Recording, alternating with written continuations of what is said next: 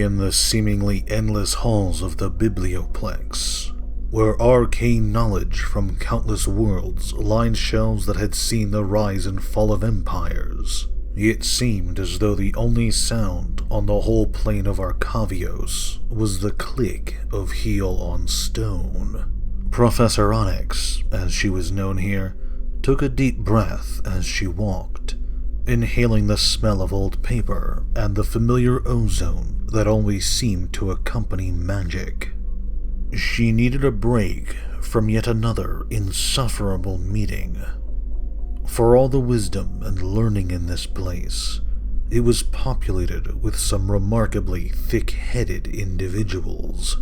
Case in point, despite her considerable renown throughout the multiverse, the other professors of Strixhaven hadn't recognized Liliana Vess when she introduced herself by an entirely different name. That hadn't surprised her. The school had always been that way, even since she'd been a student so many years ago, always wrapped up in its own little problems. There was something calming about the weight of all those books, tomes, and scrolls around her. They seemed to wrap the place in a kind of hush. When the students arrived, the campus wouldn't be nearly so quiet. But for the moment, she savored the sense of solitude as she wandered the stacks. A rustling sounded from up ahead. With a twinge of annoyance, Liliana pictured that perpetually chattering codex. It most likely would be coming around the corner any minute now. As she rounded the next bend, though, it wasn't the school's magically animated book she saw in the stacks. "What are you doing?" she said. The figure froze, their hands still reaching for another book to add to the pile at their feet. Liliana stepped forward. "Students aren't to arrive for another..." The words fell away as a streak of purplish light flew from the figure's hand. It grazed her arm, and the room suddenly seemed to buckle and sway as a sickening sensation spread throughout her body. With a gesture of will, she isolated the spell's effects, then quashed it. An amateur's work, yes, but none of the 5 colleges of Strixhaven taught magic of that nature. "So," she said, a swirling current of deathly energy wreathing her hand as she called up her own magic. "You're not just here for summer sessions, I take it." The figure was masked, she could see now. The space where the eyes should be were covered only with smooth, flat metal. She'd heard of the Auric, of course. The school was full of concerned whispers about the secret society of mages, the ones obsessed with forbidden magics and power at any cost. She hadn't expected to see one so soon, though. "I know what you are," she said. The intruder looked toward the hall, then back at Liliana. "Then you know that your days are numbered." "Professor Onyx?" A vaguely familiar voice called from one of the nearby halls. Liliana spun in the direction of the sound, spell-charged hand raised. Dean Shail Talonrook stood at the end of the hall, frowning. "Are you all right?" When she turned back, the intruder was gone. Only the pile of books and scrolls on the floor showed that they had even been there. Liliana collected herself, letting the magic dissipate. This was no time to draw more attention to herself. "Yes, I just thought I saw something in the stacks. Have the faculty moved on to the next topic at hand?" Dean Talonrook clicked her beak, her huge dark eyes filled with annoyance. "Dean Nassari is insisting on lengthening this year's season of Mage Tower." Liliana frowned as she touched her arm where the spell had grazed her. Following Dean Talonrook back toward the Hall of Oracles, she glanced toward the books. "Surely we have bigger problems than Mage Tower." Quite right, crooned Dean Talonrook. Liliana hardly heard anything else she said.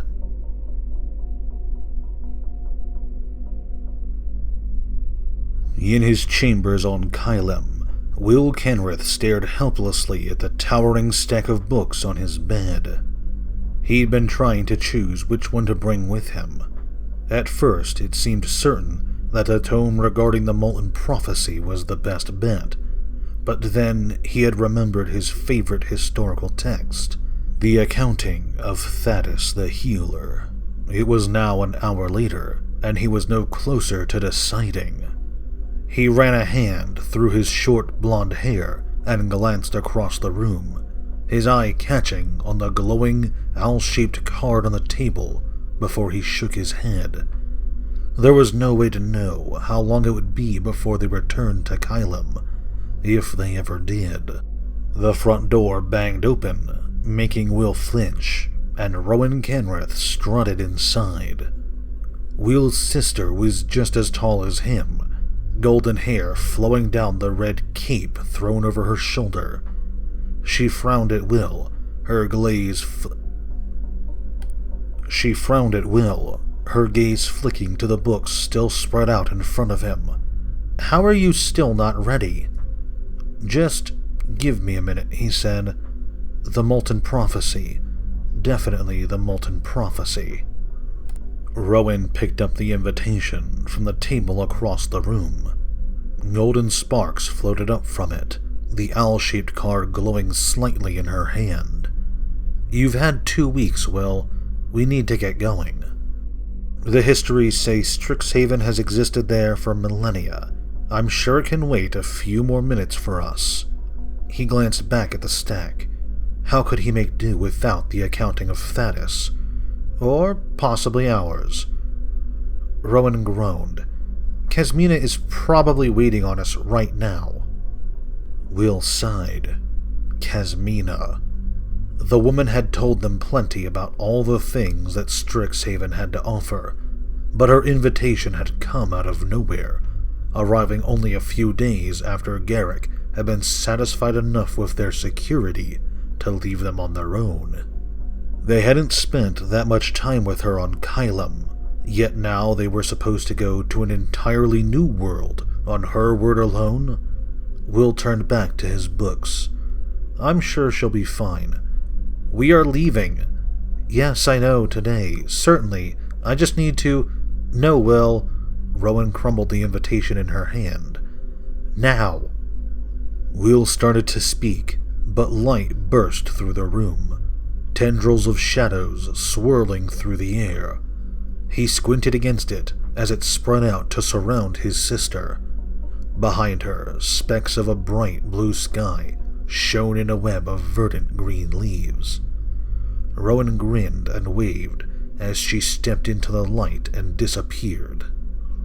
Will clenched his jaw, fighting the pull at his core, but his connection to his sister was too strong.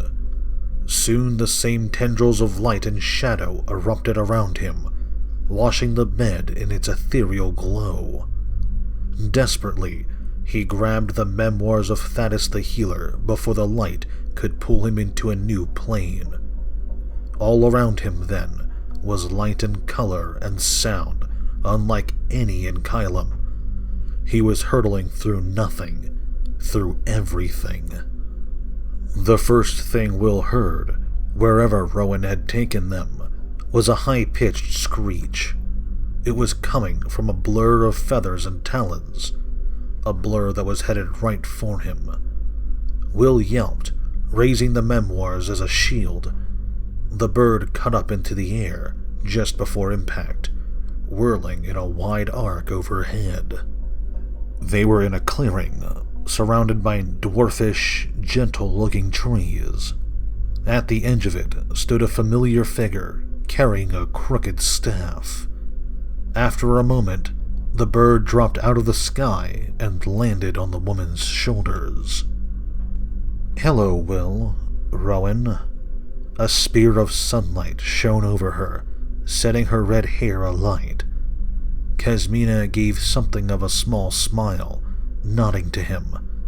"I see you've both made it, and just in time. Classes will be starting soon." Will looked around. He couldn't see anything but wilderness. So, the school's nearby then? That's right. Kesmina turned and stepped toward the edge of the clearing. Just beyond the forest. We'll see the first torch soon. The first torch? Will wondered what that could mean. So what's this place like? Asked Rowan, breaking from Will's side to follow her. Are there others like us? People who can move between worlds? It's a very large campus, Kesmina said. I'm sure there are others from different planes. Are you coming, Will? Will clenched his jaw, then marched along behind them. There was, as Kesmina had said, a torch. What she hadn't said was that it was massive, more like a tower really. The silver column rose high above the trees, piercing the brilliant blue sky. Even from the ground, Will could see the dancing flame at the top of the structure, its light rivaling that of the two suns that shone above it. As they reached the base, Will brushed a hand against the smooth metal. How do they keep this thing lit? Like most things on Arcavios, Kesmina said, with magic. Will glanced at the woman, annoyed. Is this your homeworld?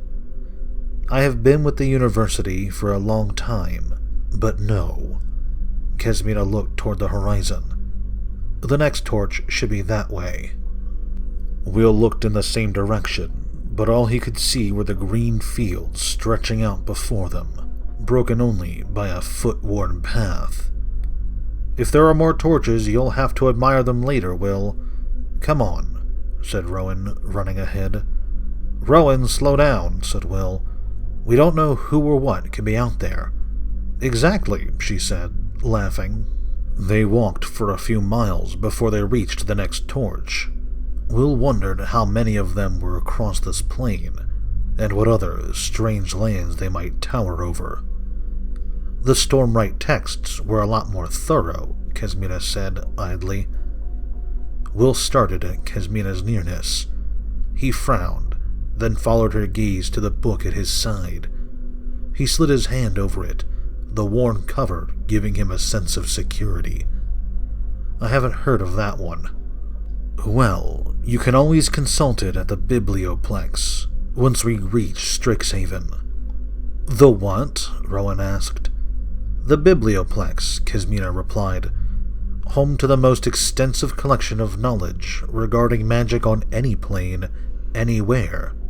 Oh, Rowan said, not bothering to hide her disappointment. More books. Who cares? Are you joking? Exclaimed Will. We could learn anything. Everything. We've got to pick up the pace. Rowan rolled her eyes. Now who needs to slow down, Didn't you say there could be beasties out there?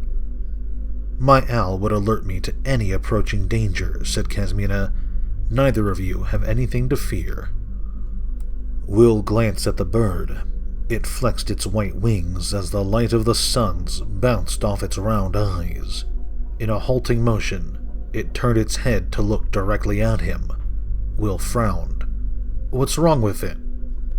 Kesmina looked ahead. Nothing at all, although she is getting a bit long in the tooth. They walked the rest of the way in silence, with Will sneaking glances at the owl and her owner. But the bird always seemed to know when he was looking, and stared right back until Will couldn't help himself from looking away. He noted the changing landscape as they moved, spotting a range of reddish-gray mountains in the distance. Finally, Kesmina broke the silence as they passed another torch. Welcome to Strixhaven. As the trio crested the ridge, Will almost fell on his face at the sight before him. The campus stretched across the horizon, an intricate tangle of gleaming towers and flattened rooftops. A massive arc of jagged stones floated over what must have been the center of the institution. The ends of each stone pointed toward the ground, smooth and flat, as if a giant blade had sheared away the bottoms. Will stepped over to Rowan's side. "This is bigger than our castle," Rowan said, her voice low. That was one way to put it. The expanse of Strixhaven was bigger than all 5 castles on Eldraine put together. At the center of it, an enormous building rose above the rest. Sunlight glinted on its pointed arches, while large orbs floated over the shorter buildings. "That's the Biblioplex," Kesmina said, coming to stand next to them. Will nodded absently, still speechless as he gazed out over the campus. Rowan let out a short laugh, jolting him from his reverie. "This is going to be good." Will smiled as he followed his sister toward the looming gates. They were massive enough to seem close, even though it would probably take them another hour of walking to arrive. He'd only taken a few steps when he abruptly realized Kesmina wasn't following them. He and Rowan turned and looked back, curious. "Aren't you coming?" "Oh no," Kesmina said, shaking her head. She looked to her owl, and the bird took off, flying toward the Biblioplex. "I have other matters to attend to. Look for an owlin called Mavinda Sharpbeak. She will help you get settled in." "Oh," Rowan cleared her throat. "Well, thanks then." Will bowed. "What my sister said. Thank you for bringing us here." "No need for such formality," Kesmina said, smiling. "But you are most welcome." Will straightened and glanced at the woman once more before going to join his sister. "Rowan," he whispered, "what do you think an owlin is?" On the other side of the gates, the campus bustled with activity as people hurried along the wide stone paths of Strixhaven. Some of the younger students wore identical uniforms, their gray cloaks fluttering behind them as they hurried along. The older ones were each garbed in unique outfits and moved in groups, like colors staying together. Red and blue ruffles and frills stood in stark contrast with the angles and swirls of the black and white coats and spats. Green and black overcoats and heavy boots seemed the complete opposite of the elegant, narrow red and white waistcoats and high collars. Will turned on his heels, taking in the kaleidoscope of moving colors and shapes. "She's strange, isn't she?" said Rowan, absently. She didn't seem nearly as bowled over by the spectacle all around them. If anything, she seemed lost in thought. "Who?" "Kesmina. Her and that owl," she shrugged. "I guess it doesn't matter anymore. She got us here, right?" Before Will could form a response, shouts rang out from farther inside the campus. In an instant, Rowan was off, running toward the voices. "Hey," called Will, starting after her. "Wait up!" They raced around a corner, only to skid to a stop at the entrance to a smaller courtyard.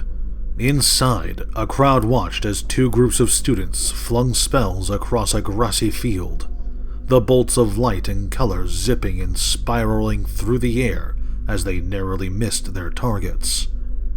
One spell impacted a girl in red and blue, and she started to float, kicking her legs helplessly and waving her arms. Laughter and applause rose up from the crowd. Will stared in horror. "I thought this was supposed to be a school. This is brilliant," Rowan finished, grinning. She tugged on the sleeve of a nearby student, a young dryad in black and green. "Who's winning?" "So far, Prismari seems to have the advantage," said the student, "but I wouldn't get too comfortable if I were them. Those Silverquills can be a vicious lot." "Bloodthirsty battling, in the middle of the campus," sputtered Will. The dryad frowned. "This is just a duel. No one's actually going to get hurt. Not too badly, anyway." "Okay, enough of this," said Will, trying to sound forceful. "Rowan, come on. We need to speak to, well, some kind of administrator, a schoolmaster perhaps. There are classes to join and surely books we need to acquire and—" Rowan stepped forward, ignoring him completely. Out on the field, a student had fixed his eyes on one of the Prismari in red and blue. His hands were raised and his lips moved as he spoke in a low, focused tone. Between his fingers, curls of black ink began to form. "Watch out!" shouted Rowan. She sent a jolt of electricity at the one preparing the ink spell. He yelped as it zapped him, causing the black ink he was conjuring to splash all over his uniform. More laughter and applause from the crowd. The Prismari student turned and looked to Rowan, surprised. "Thanks." Rowan grinned and started to respond. Before Will could warn her, a coil of living ink swept her feet out from under her. She landed on her back, coughing as the air rushed out of her chest for a moment, and peered up to see who had hit her. A student in black and white robes, same as the one she shocked. "Stay out of this, first year," hissed the student. The air around Rowan snapped and crackled with electricity as she called up another charge. "Want to try that again?" Back on the sidelines, the Dryad leaned over to Will. "So, that's your sister?" "I'm afraid so," he said, grimacing. He had been hoping for quiet, for learning. So far, this was just as bad as Kylem. "Looks like she's chosen her house." It was true. Rowan was standing on the side of the Prismari students now, hurling sparks across at the others.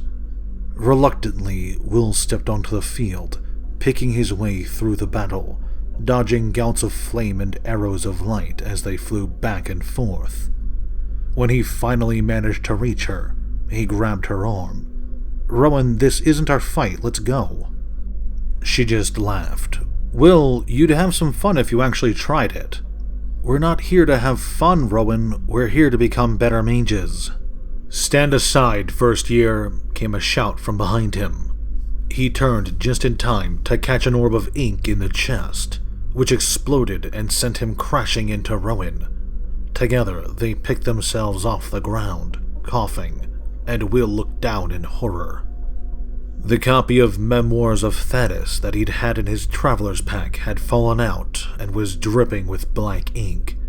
He knew at once that it was ruined. "Okay," Will growled, clenching his jaw. "Maybe it is our fight." Rowan tugged him to his feet. "Remember the match against Vitress and Gorm?" Will nodded, calling up the energy to cast magic. Instantly, the air around him dropped several degrees. He let out a breath, which fogged in the air. "Let's do it." Rowan turned and lifted her hand, calling forth a sphere of lightning that popped and sizzled as it stretched and snaked into the air. Will counted as he sent a wave of cold wind and ice to swirl around Rowan's lightning. 1, 2, 3. Will and Rowan moved as one, their magic combining as it arced toward the other students. They didn't seem to be grinning too smugly anymore. But just before it hit the silver quills, Rowan's lightning flared and snapped, cutting through the ribbons of Will's ice magic. Will frowned, but it was too late to adjust. Rowan's attack was strong, at least. It pierced through the shield of light the older Silver Quill student had conjured, sending her stumbling backward. Rowan whooped next to him, but the celebration was short-lived as she spun and used a lash of lightning to knock away another mage's barbs. Will stared at the spot where their combined magic, the interweaving of spells they had always been able to do, had failed. Something wasn't right. Liliana stood outside the biblioplex, watching the bright parade of students as they passed. She could almost feel the weight of her old Witherbloom uniform and pulled absently at the collar of her professor's coat. Across the way, Dean Nassari strutted through the biblioplex doors, with Dean Lizette next to them. Liliana fell into step alongside the deans. "Professor Onyx," Dean Lizette nodded in greeting. "How are you settling in with your classes?" "Just fine," Liliana said, "though I've been hearing some disturbing rumors from the students." Dean Nassari laughed. It was an odd sound from an Efreet. like water streaming over crystals. Well, young minds are wont to create elaborate tales. I think it's a good sign. Active imaginations and all that. Liliana forced a smile, trying to keep her tone light. Unless they're also playing dress-up and skulking through the halls, I would say this is a little more than innocent play. Skulking? Dean Lizette arched a brow. And you've seen one of these people? She paused. How to answer this? I saw a stranger in a mask on campus. Whether this was one of these Auric, however, that word again. It always sounds so serious. We really don't know if these rumors are more than a harmless prank, said Dean Lizette. That magic the masked stranger had slung at her was far from a harmless prank. We shouldn't underestimate them in any case. The other deans and professors should be warned. Surely the school has some line of defense that we can employ. You mean other than Alabo? Dean Nassari huffed. I'm sure he would love to actually have something to do for a change. Maybe then he'll let go of his grudge against me. I was thinking something more than a single golem. Even if these, whatever you call them, do present some risk, our students are hardly helpless lambs, said Lizette. They can defend themselves. But who's going to protect them from each other, said Nassari, gesturing at a nearby courtyard. Liliana could see errant spells sailing into the sky as cheering and shouting filled the air. Another duel. Lizette sighed, while Nassari laughed. See, with such talent, I don't think they have anything to fear from the Auric.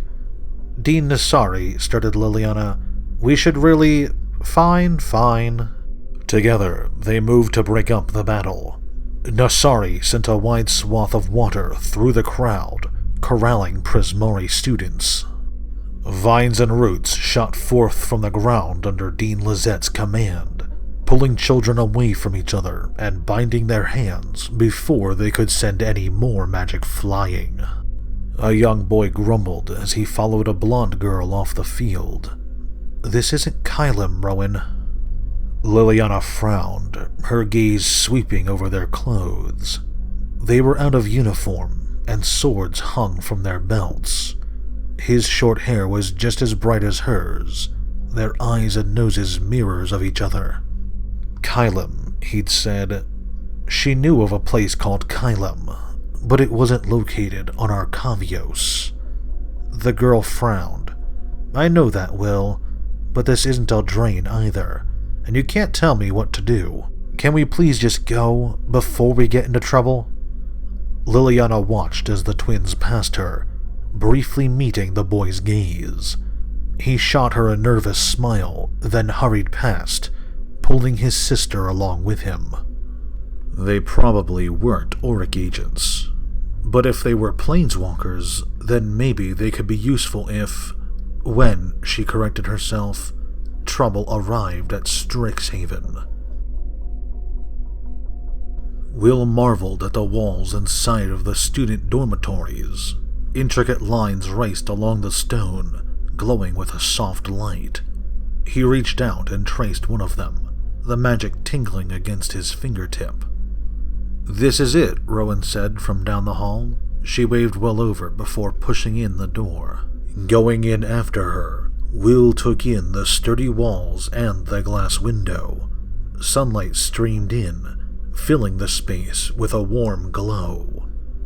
2 beds stood on either side of the room, each neatly made with gray blankets covered in intersecting golden lines.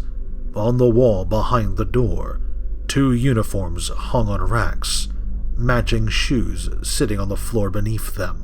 Rowan dropped onto the bed closest to the door. This is nice. Much better than those rocks they call beds on Kylum. Will chuckled as he set his books down on the other bed. He sat down, sinking into the plush mattress, and ran his hands along the gleaming stitches. The same glowing lines flowed across the stone walls. Carved symbols nestled in at the corners. Stone flames and trees and stars marched along the ceiling. His attention snagged on the flames, reminding him of the fierce duel outside. He looked down at his hands. Did that spell we cast together seem off to you? Rowan looked over from the other bed. What do you mean? I don't know. It just wasn't the same as on Kylum. Well, we're not on Kylum, remember? Rowan shrugged and planted her feet on the blanket. Besides, it worked, didn't it? What's the big deal? Will shook his head. Yes, it worked, but it should have been smoother, more cohesive.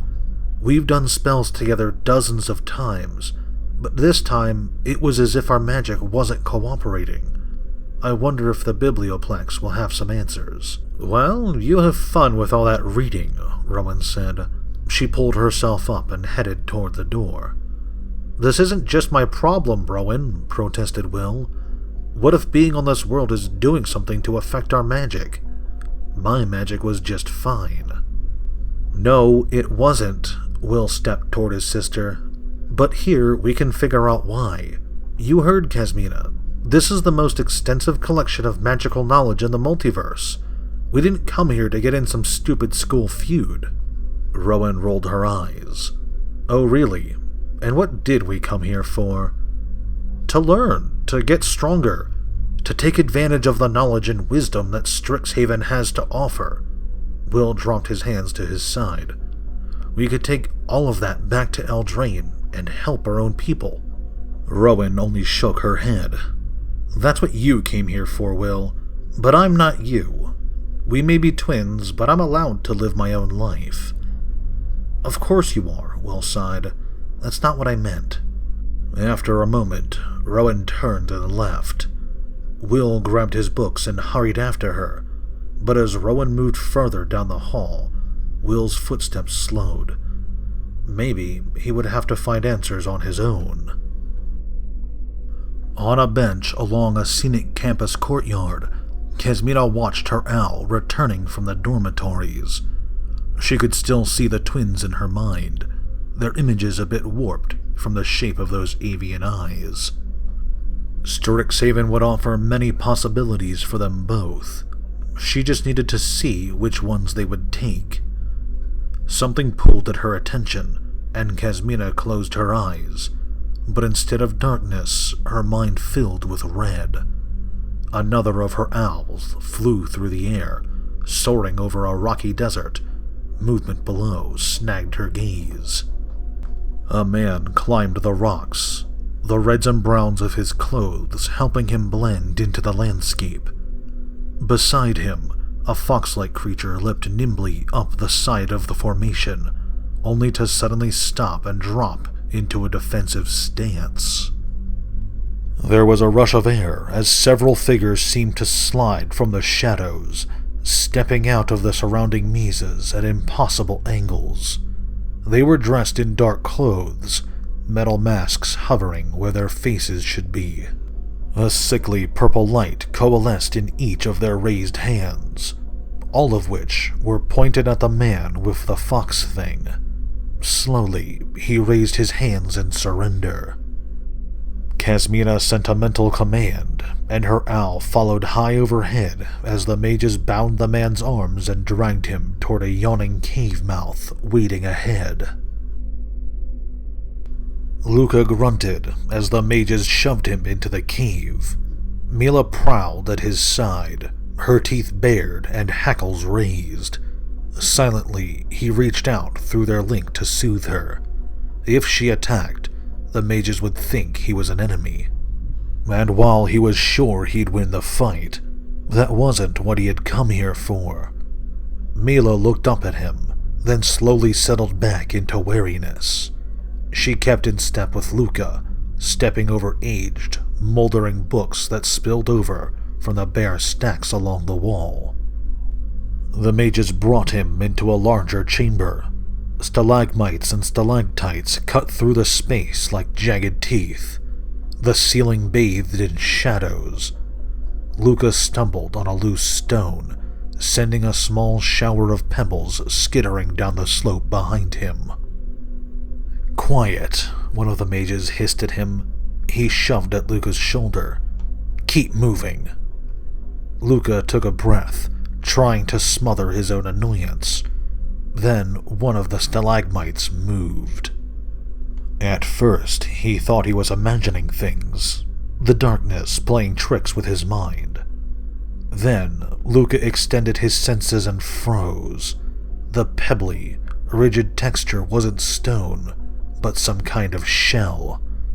Slowly, whatever it was seemed to unfold, stretching long and spindly legs into the darkness. Behind him, another stalactite shifted in place, making a low, chittering sound as it did. They were surrounded. "Keep moving," said the masked mage. They picked their way through the space, every skittering stone sending their gazes up to the ceiling. Luca tried to envision what the creatures looked like when they were active. The thought of facing one of them in the flesh brought back memories of the many crawling nightmares that lurked in the cave systems under Ikoria. Accompanying the horror, though, was an odd familiarity. He couldn't help but feel as though he had encountered their kind before. The mages yanked Luca to stop, forcing him to his knees. Mila turned toward the far side of the cavern, dropping low with a snarl. Luca glanced down at her. "Hey, quiet." The crunching of bones punched through the silence. Footsteps approached, and out of the shadows came a tall, thin figure. Swirling around the long, almost bird-like mask hiding his face were currents of dark, coruscating energy. Luca tried to keep his own expression neutral as the man approached one of the creatures hanging from the ceiling, pausing to caress its shell. "Welcome to Arcavios, Luca of Ikoria." "You know me?"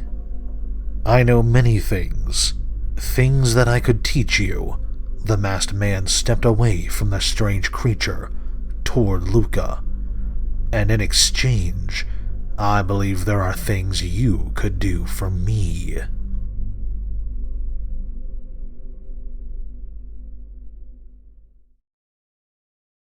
Thank you for watching this video. Please like, share, subscribe, all that wonderful good stuff. While I have you here, a little update for the channel. I spent like the last 4 or 5 days sick as hell, so I've gotten basically no work done for the channel. This video was supposed to be done the day after Chapter 1 released on the Wizards website. Now it's almost an entire week late, and because of that, tomorrow's video will be Chapter 2. So you're going to get 2 story videos, one after the other.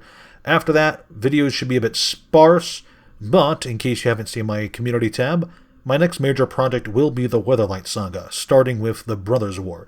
So please look forward to that, and as usual, I will have regular videos being dropped here and there, basically whenever I have the time to finish them. Thanks again for watching. Have a great day.